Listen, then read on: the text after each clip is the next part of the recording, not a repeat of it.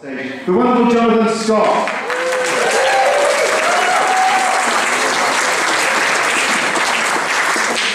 Thank you. Thank you. Thank you. Thank you. Right, what was I going to say?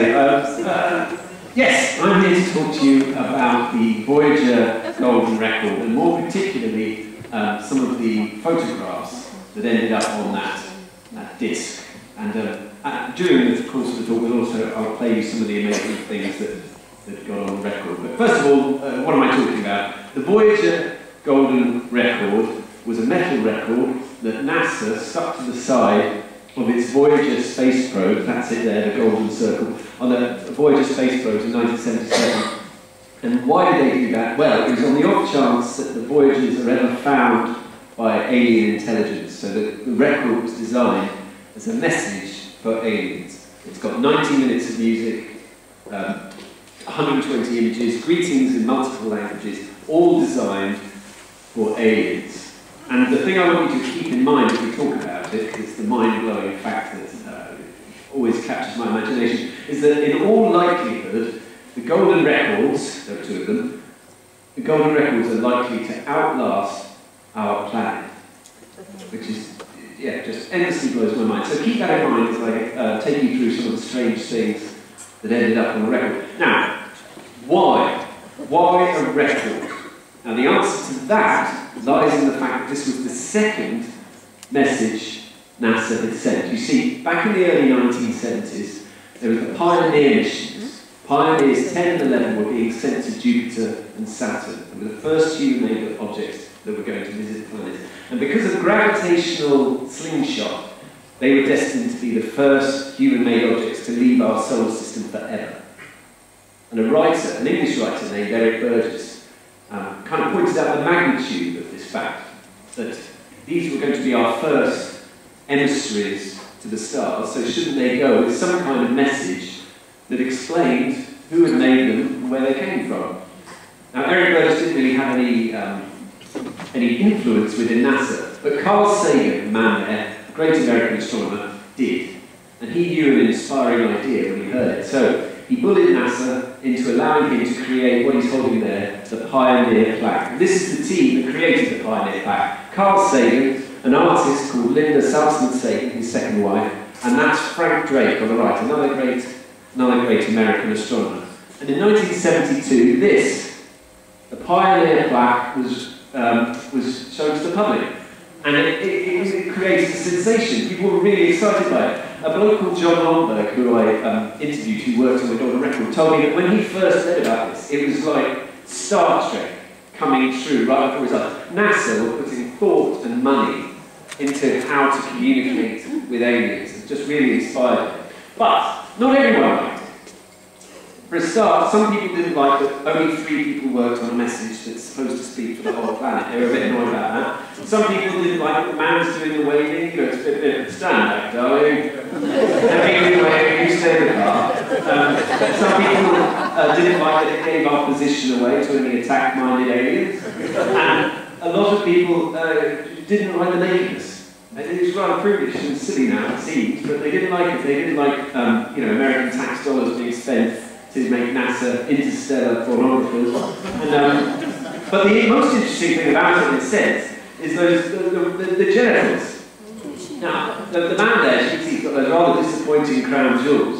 But the poor woman hasn't got anything. The interesting thing is that she did originally.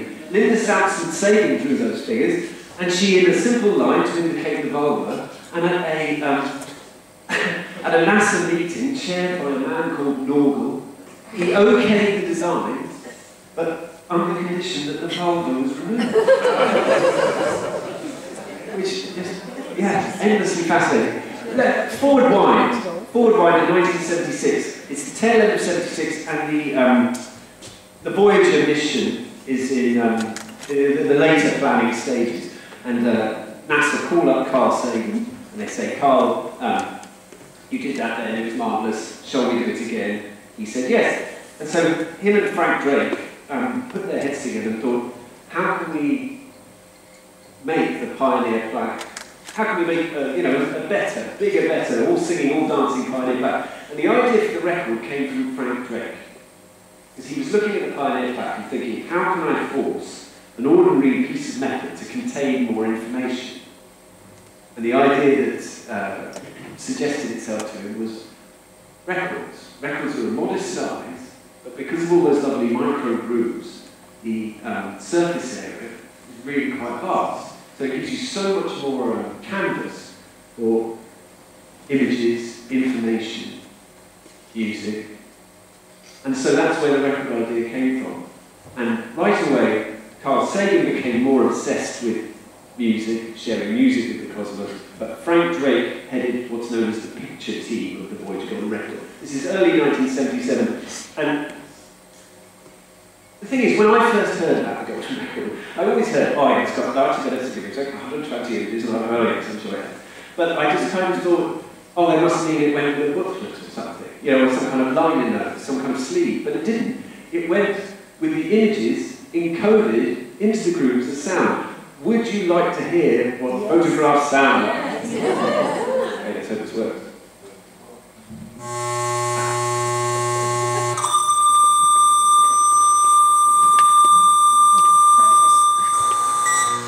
Right. In between each beat is a photograph. And I just love it. I always make this joke. I just imagine, you know, an alien who's got hold of the record, listening to it for the first time. I don't know this one quite as much. So it goes on for 10 minutes. So we won't listen to it all. Anyway, so the photograph, you get the idea. I'll move on. The photograph. So imagine you've got to choose some photographs for aliens and put them on a record. How would you go about choosing them? This is 1977, so there's no nice internet. What they did is that they got a boatload of magazines and a boatload of coffee table books and textbooks and just started looking through and finding photographs that they liked. But they didn't want to just find a beautiful photograph, although there are some beautiful ones in there. They wanted to tell a story. This is a photograph of a workroom that they commandeered in Cornell. This is about May 1977. That woman's called Amal. I interviewed her as well. And this is the scene, and this piece of paper was taped to the wall. As you can see, it's got faces and hands, humans, coast, because the thing is, they all had different sections of the story of humanity that they wanted to tell with pictures. But what I love about this is that although there are some very beautiful photos in the picture sequence, such as that one's pretty amazing, that was taken by a man who lives in West Sussex called Stephen Dalton.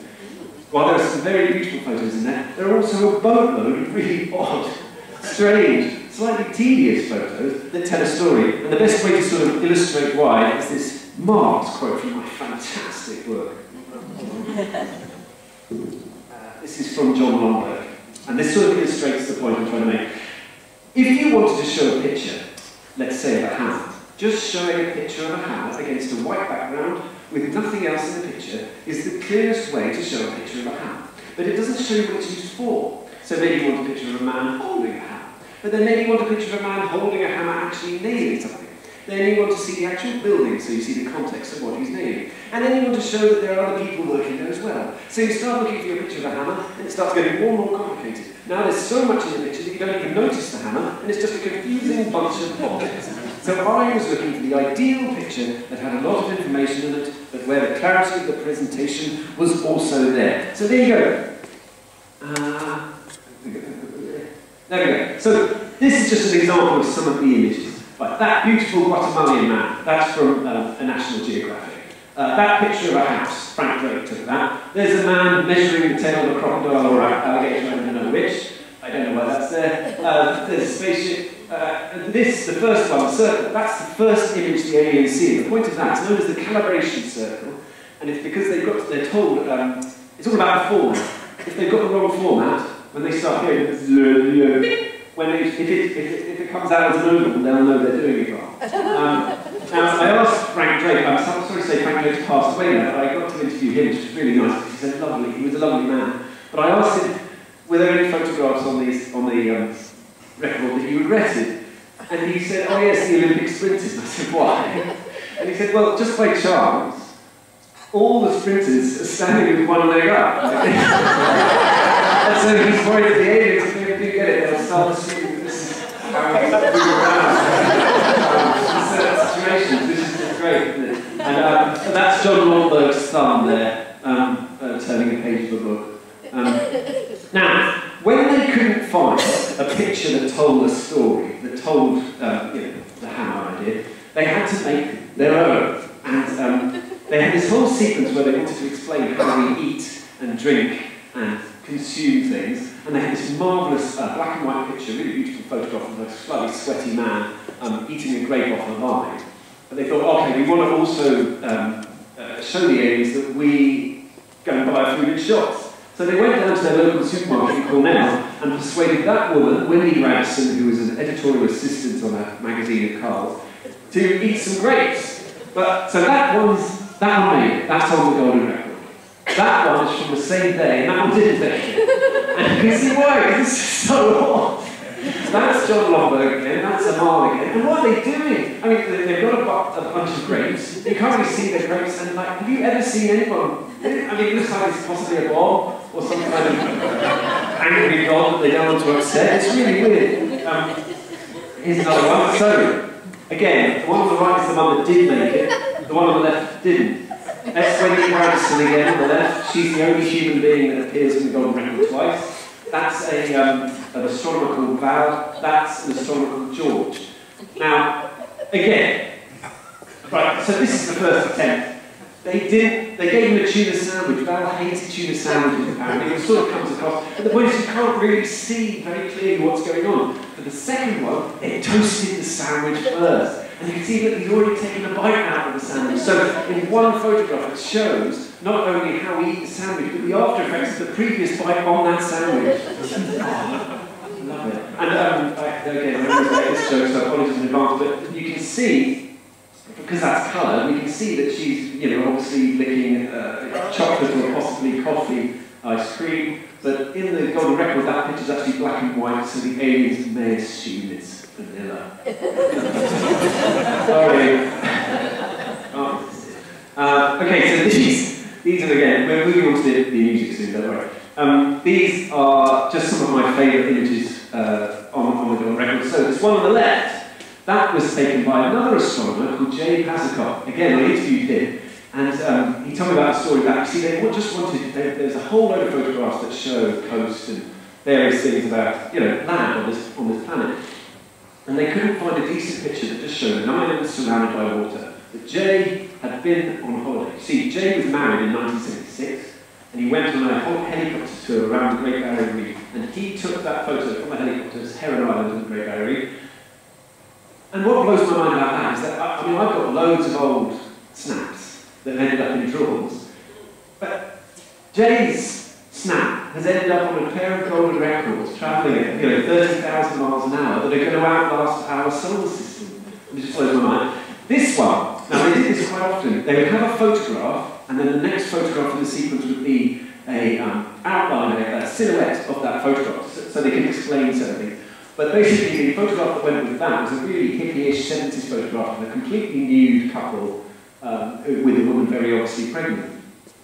And of course, NASA didn't like that. So they said, no way, sending a naked couple into space. No way. So they cut that. But not only that, they allowed this one through. But right at the last moment, this is right on deadline, as it were, late May 1977, they said that his hair was too wavy. Made him look too much like a surfer. So John Lomberg had to use a marker pen on the slide to give him a more clean cut hair. Which again, I really like. But this diagram was drawn by John Lomberg again, and this, in ways, is interesting because it contains the golden record's only joke. In the top right there, you can see it's the pioneer couple, and this time the woman is waving.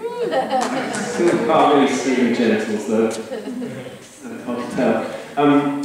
Now, okay, so this is a fantastic video on YouTube. It's just, we've already heard the noise, but this sort of illustrates how it should work if the aliens figure out what we want them to do. So I'll just play it for a bit, because the noise is pretty awful, as we know. So look out for the calibration circuit. Oh, it's on the left and right channel. So two photographs come out at the same time to save time on the grooves. acceleration circle.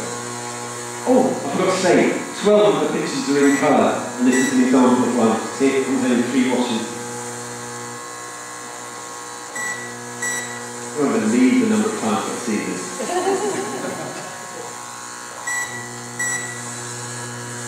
Nice picture of a frog. Just waiting for one more, as we've seen before.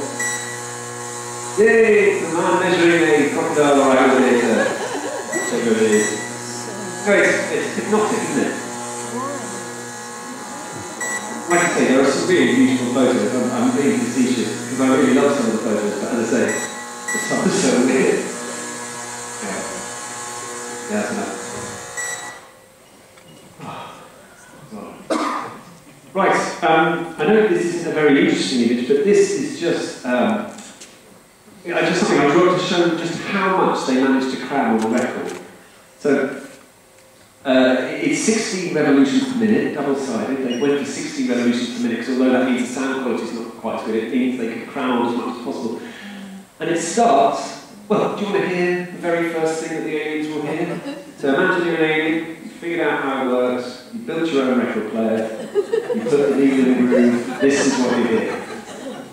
As the Secretary General of the United Nations, an organization of 147 member states who represent almost all of the human inhabitants of the planet Earth, I send greetings on behalf of the people of our planet.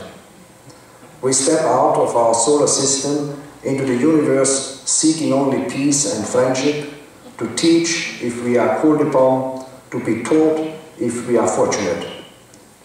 We know full well that our planet and all its inhabitants are but a small part of this immense universe that surrounds us, and it is with humility and hope that we take this step. Genuinely really nice message, I think. Really nice. And this genuinely true, though, he also turned out to be a Nazi. They didn't discover it until after it had launched. I think it was 1983, he was an Austrian politician, and it turned out that he'd been a card-carrying Nazi during the war. He known as the Waldheim affair or something. But I did ask John Romberg about that, and he just kind of went, what the hell are we going to do? There's not much you can do with the records, 30,000 miles going that far. Anyway, yeah, so now let's listen to some of the music. So the music starts here, as you can see, there's 90 minutes of it, and this is the edited down version. So they're complete pieces, is what I'm saying. This is the playlist is dominated by classical music, so here's a selection of them. No? No? No! Here's a selection of them.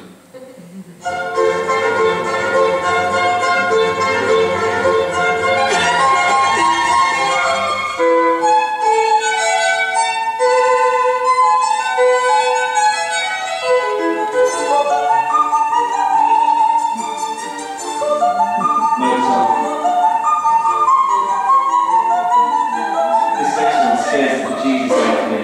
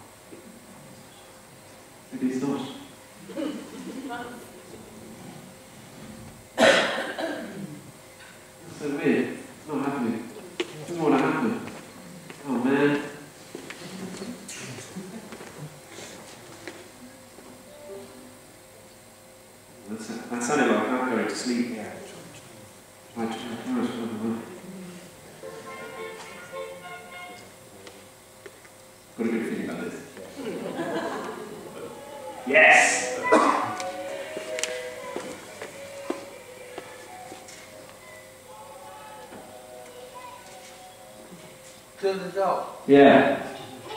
There we go. So this was recorded in the 1940s. That previous one was the Ituri Rainforest. This is the Navajo Night Dance. This one,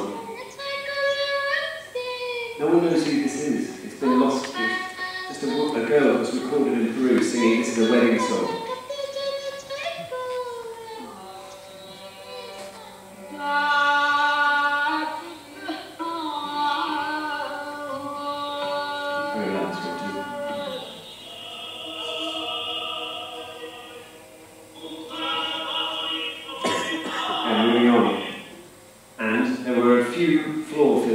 Namely,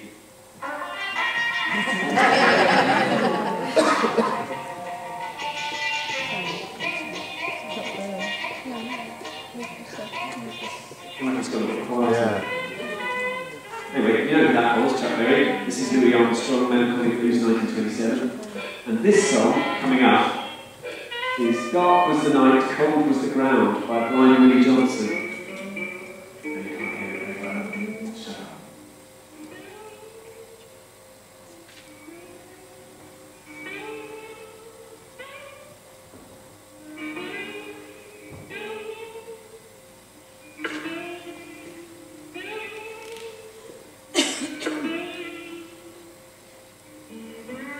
One of the reasons this made it is purely because it's called Dark Was the Night.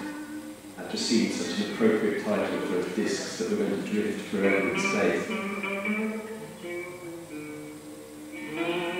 He also doesn't really sing any lyrics, he just sort of does that sort of moaning. So they thought, oh good, nothing for the aliens to get confused about.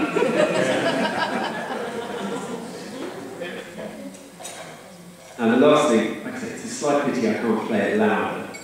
But this is the very last piece of music. This is the Cavatina by Beethoven, and I just love that this record ends on this piece of music because it's gorgeous, but it's romantic. It's lost. It's long. It's got just something so beautiful, and it's just so perfect for a disc again that's going to drift forever on its own.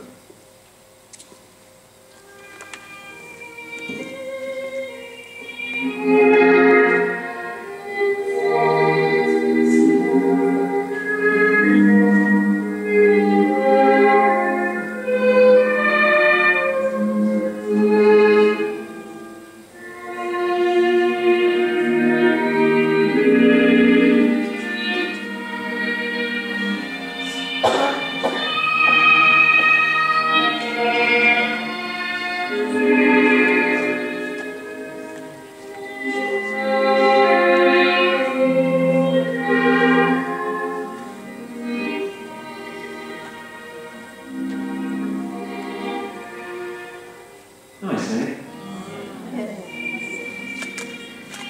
Fades out soon. So yeah, it's the marvellous thing. I wrote a book about it because I was just obsessed with it. And although I banged on about photographs, I am equally obsessed with all the other bits and bobs. It's just that there are loads of records in the world with music on, and very few with photographs on. So that's why I think I find them so weirdly intriguing. Yeah, but that's a lot really, so thanks for having me.